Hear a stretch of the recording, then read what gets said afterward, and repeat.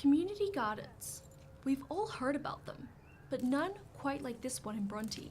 It's an organic charity garden run by the Valerio Degno de Simone Association. In Australia, a lot of people has in their backyard have vegetable gardens.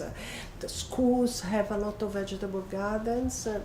Not every school, but a lot of schools have vegetable gardens. So we thought that it would be for us more interesting to work with groups of population that usually are the disadvantaged.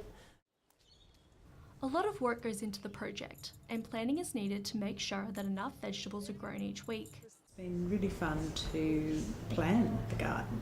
I think I didn't realise that having a large area with 8 different beds meant that we actually had to put quite a lot of thought into the way in which we go about planning it and the way in which we have to think about the seasons and the particular aspect of the gardens. Other members work in the garden, dropping by to wrestle with weeds, pick the best veggies, and keep snails and insects from eating up their produce before it's time to be delivered. Working in the garden, it's the part of the association that I feel I can contribute to. I like that we give the produce away, and I like many things about the garden, working outside, seeing my friends. Everything grown is donated to disadvantaged groups around Sydney. In the past, the food has gone to a women's centre in Redfern and to refugees at Villawood Detention Centre. An inner-city women's refuge is currently receiving the baskets. Their location and identities aren't shown for safety reasons.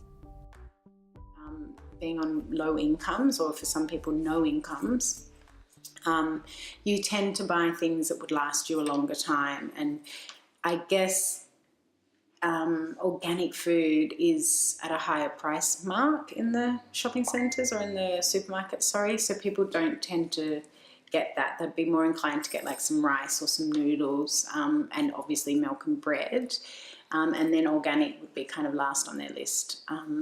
But so yeah, they're stoked. Over in Elizabeth Bay, St Canice Parish is also grateful for the donations, which help them run a weekly organic dinner for their clients. It's fantastic to source vegetables so close to the kitchen, especially organic vegetables that are grown by an NGO. We were really excited to work with her association. We use her vegetables mostly on Wednesday nights, which is an organic night. We hope to receive as much as is possible from her, supplementing what we grow up here on our rooftop. The rooftop garden is abundant with leafy greens and tubs of herbs, and goes to show that with a little creativity, healthy organic food can be available to anyone. It's really exciting that we can actually offer organic food that is, associated with the top of the market to our clients who obviously are on the margins when it comes to their living experience. A lot of them are homeless or living in state-funded housing. So yeah, I think that it's fantastic that we can kind of flip things and provide a restaurant quality organic meal that would usually cost a lot of money. And I think it also shows that organic food isn't necessarily organic food isn't hard to grow in the sense that if you just get together and do it, it's done. Meraviglioso.